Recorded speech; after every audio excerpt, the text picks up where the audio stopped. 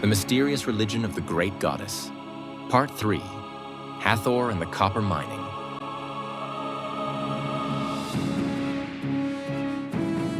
Dear viewer, in the third part about the religion of the Great Goddess, I would like to highlight an aspect that may have played a role in the widespread dissemination of the mystery religion and the primal myth.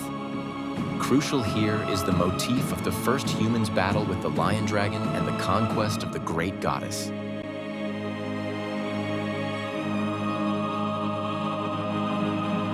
The lion dragon often appears in mythology simply as a dragon. The lion dragon is not only the protector of the garden containing the great goddess as the world tree, but also possesses a kind of protective covering that is then passed on to the first human.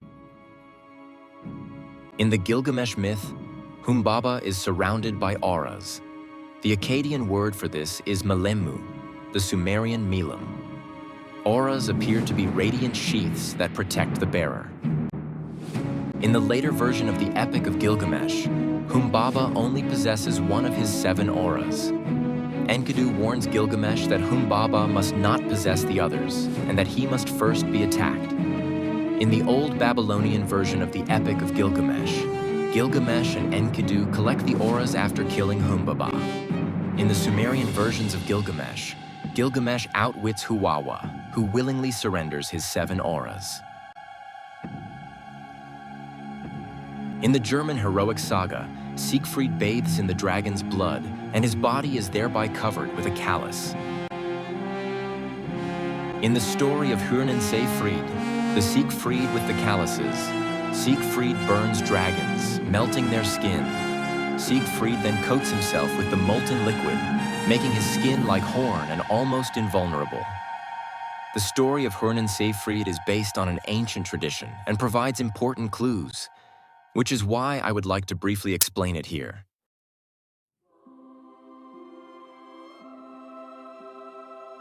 Siegfried, the strong and unruly son of King Sigmund, is sent to apprentice to a blacksmith. However, since he smashes the anvil into the ground, breaks the iron in 2, and beats both apprentice and master, the master considers how he can get rid of Siegfried. He therefore sends Siegfried into the forest to a charcoal burner to fetch charcoal, knowing that a terrible dragon lives there. The master hopes that the dragon will destroy Siegfried. Siegfried, however, kills the dragon and several more lindworms.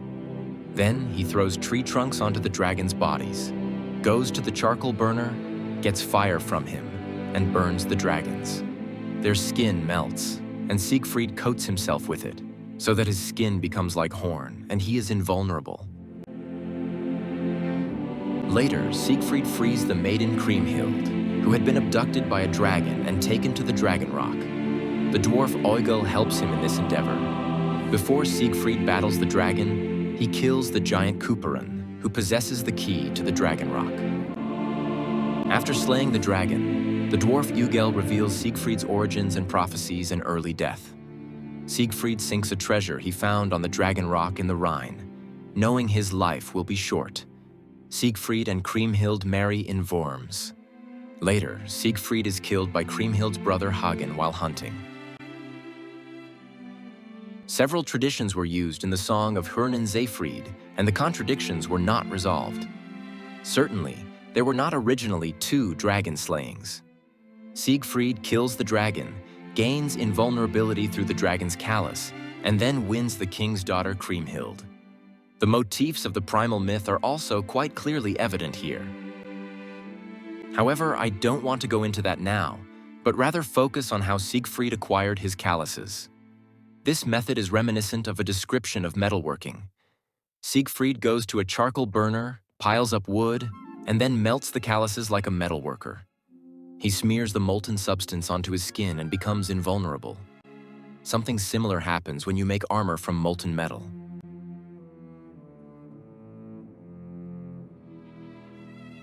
The giant Kuparan's name means the one made of copper, or the one from Cyprus. The island of Cyprus got its name because of its large copper deposits. Dragons originally evolved from mythological snakes. In many Semitic languages, the words for snake and copper are synonymous. The Bible also mentions the copper image of Nehushtan, a snake, which healed those who gazed upon it from snake bites. Let us first consider some further examples of the lion dragon from the original myth in the traditions. The dragon Mush-Hush-Shu, Sumerian Mush-Hush, meaning copper-red serpent, already appears in Mesopotamia, where it is depicted, among other places, on the Ishtar Gate. However, its mythology is uncertain. Humbaba in the Epic of Gilgamesh is described as a monster that roars like the thunder god Hadad and breathes fire. According to Sumerian version B, Huwawa has the face of a lion. His tongue is like that of a man-eating lion. The blood never dries there. Apparently, Humbaba was also Enkidu's wet nurse. Polyphemus in the Odyssey is a cyclops and shepherd of a flock of sheep and goats. When Odysseus arrives, he devours some of Odysseus's companions. Odysseus makes him drowsy with wine and blinds him with a stake made of olive wood, allowing Odysseus and his companions to escape. In the story of Farad'n, we find the ruler Zahak with two snake heads growing from his shoulders. While the motifs of the primal myth are clearly recognizable in Farad'n's story, they are distributed among different characters. For example, Farad'n's brothers attempt to murder him with a boulder, an act that, as seen with Humbaba and Polyphemus, is associated with the lion dragon in the primal myth.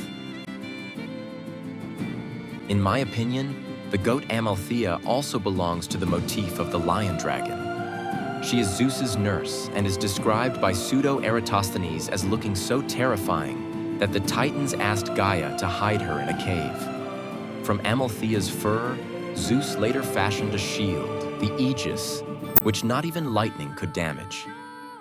Amalthea's horn is also famous, filling itself with any food or drink one desires. At the death of Humbaba and his dismemberment in the Epic of Gilgamesh, rain and water of abundance poured down upon the mountain.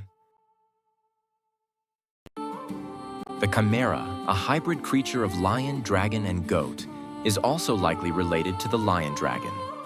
Chimera itself means goat. Iobates, the Lycian king, sends Bellerophon to kill the chimera, hoping that it will kill Bellerophon in turn.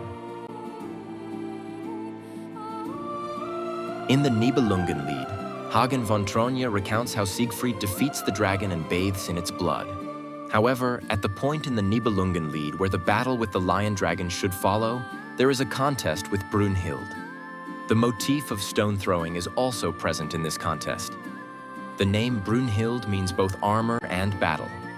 Brunhild fights Gunther in armor and with immense strength. Only with the help of Siegfried, who hides beneath a cap of invisibility, can Brunhild be defeated.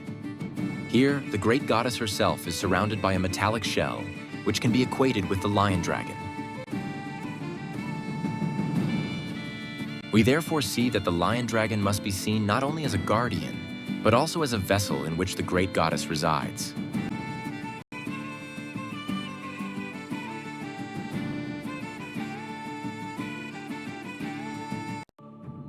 But back to copper production.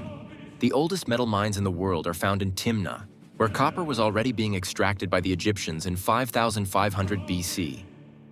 After a decline around 4500 BC, mining experienced a revival around 1200 BC. Excavations reveal that the goddess of the miners was Hathor, and her cult was also adopted by the Semitic-speaking copper miners. This cult is associated with a snake. A 12-centimeter-long copper snake was found in the Hathor temple in Timna.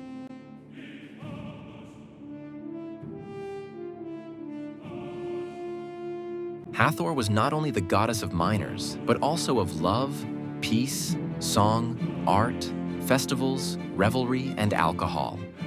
She's usually depicted in the form of a white cow, which connects her to the moon and the great goddess.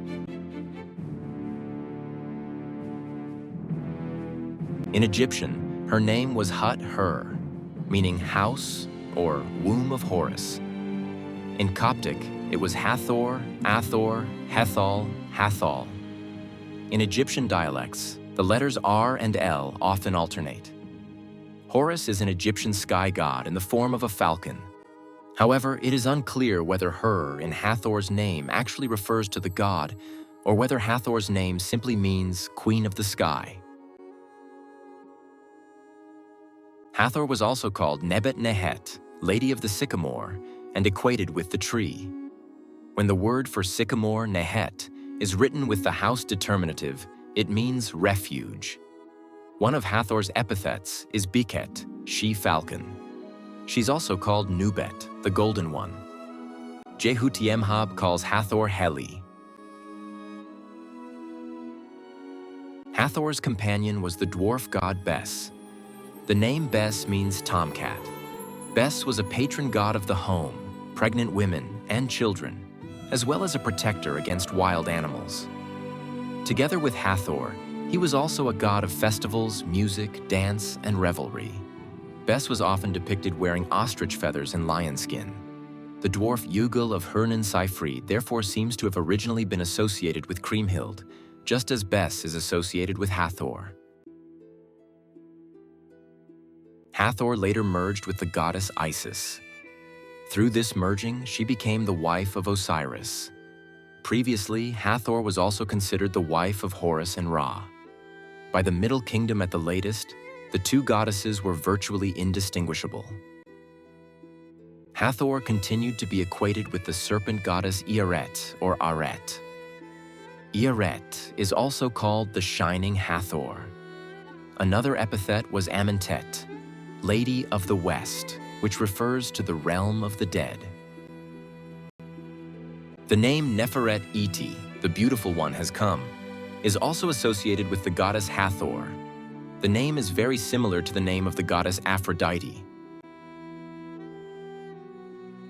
The cult of Hathor and Bes demonstrably spread from Gibraltar via Cyprus to Mesopotamia. The name of the island of Ibiza is thus interpreted as Bes's Island. It is striking that the names for the great goddess in numerous languages cannot be derived from the languages themselves, yet they bear a resemblance to Hathor, such as the Phoenician Astarte, the Mesopotamian Ishtar, and the Greek Hera, also known as the Cow-eyed.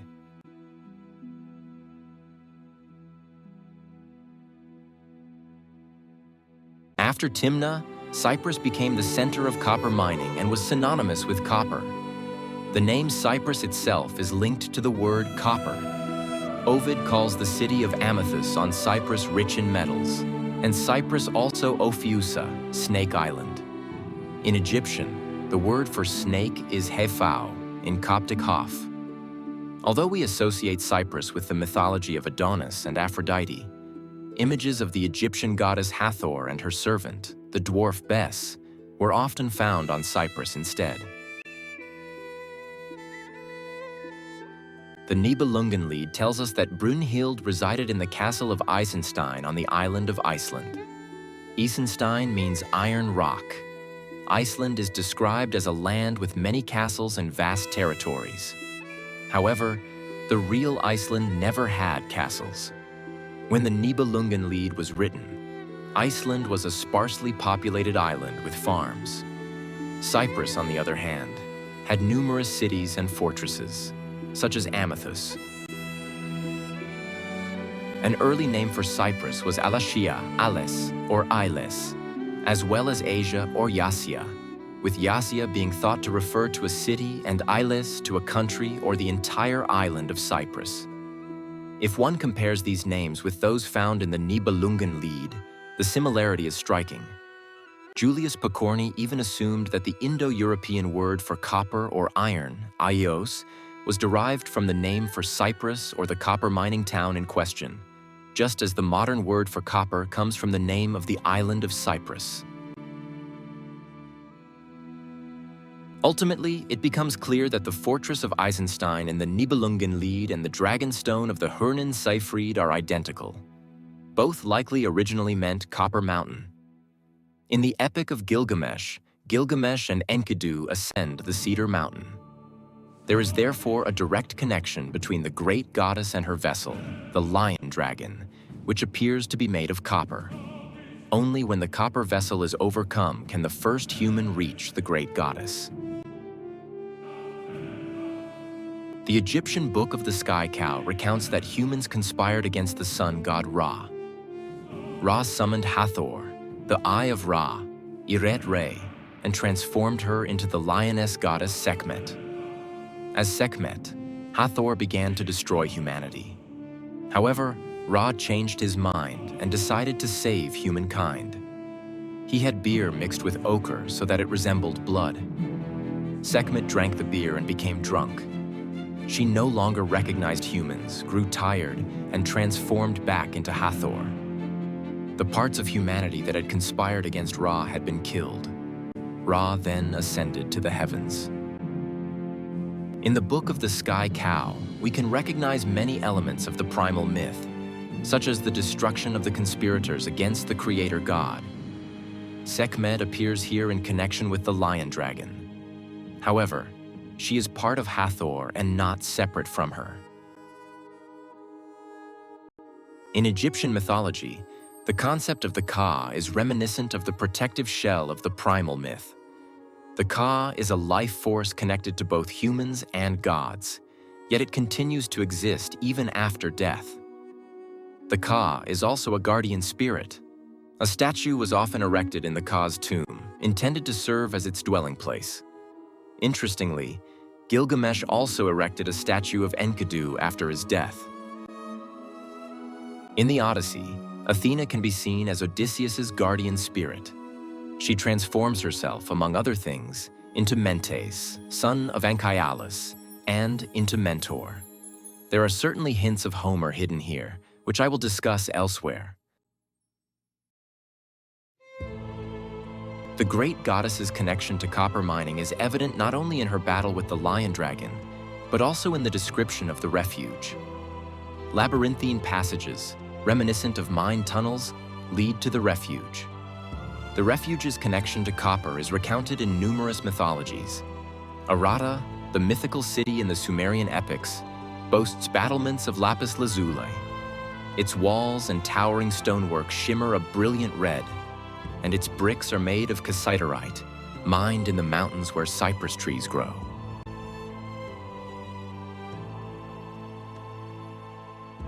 Gilgamesh's wall around Uruk, which Gilgamesh built, shines like copper and thus points to the refuge of the primal myth.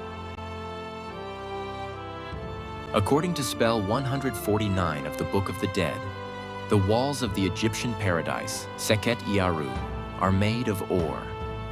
In the Odyssey, the walls of Alcinous's palace in Scheria are described as being clad in ore.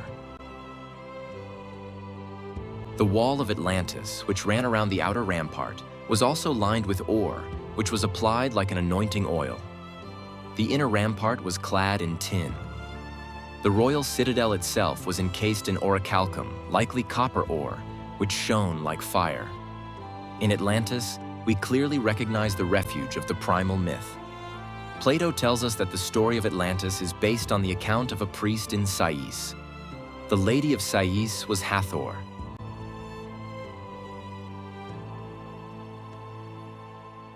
In Indian mythology, Krishna's golden city of Dwaraka, the many-gated, had walls of copper.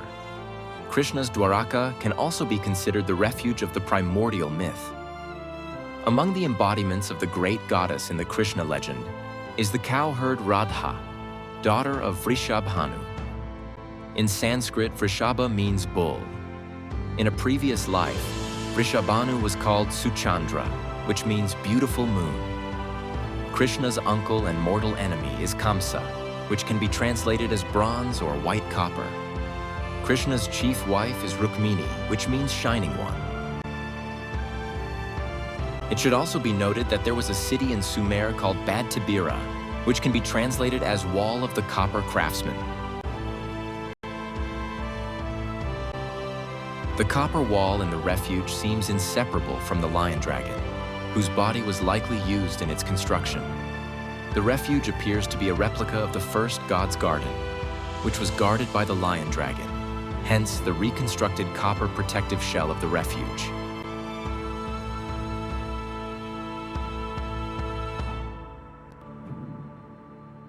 Based on the characteristics of the dragon in the form of the lion dragon, its copper color and its fire breathing, I believe the red spitting cobra can be identified as its origin. The dragon's fire breathing is reminiscent of the cobra's venom, which causes intense pain and burning on the skin and in the eyes. The red spitting cobra is found in East Africa, in countries such as Egypt, Sudan, and Kenya. Therefore, there is considerable evidence to suggest that the primal myth originated in this region. At this point, I would like to return to the snake goddess Iaret. The Egyptians interpreted spewing venom as breathing fire. Iaret was sometimes depicted with wings, clearly indicating a connection to dragons. Iaret was also a goddess of death and rebirth. She protected the pharaoh in the underworld realm, the Duat. Iaret was also called the Uraeus serpent. This name is interpreted as the rearing one. The Uraeus serpent was the pharaoh's forehead serpent, whose fiery breath kept enemies at bay. It is sometimes suggested that Sekhet Iaru, the Egyptian paradise, should not be translated as fields of rushes, but rather as fields of Iaret, since the word often contains a serpent-related determinative. And so the circle closes.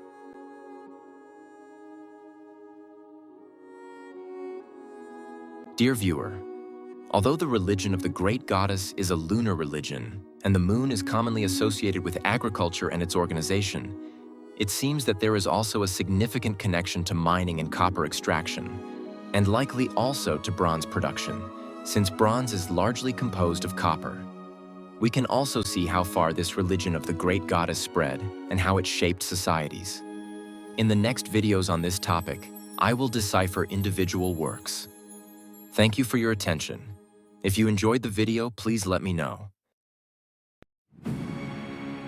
Since a new film adaptation of the Odyssey is being released this year, I've decided to publish a video next about the origins of the Odyssey and Homer's background, even though it's one of the most complex works of the mystery religion. Stay tuned.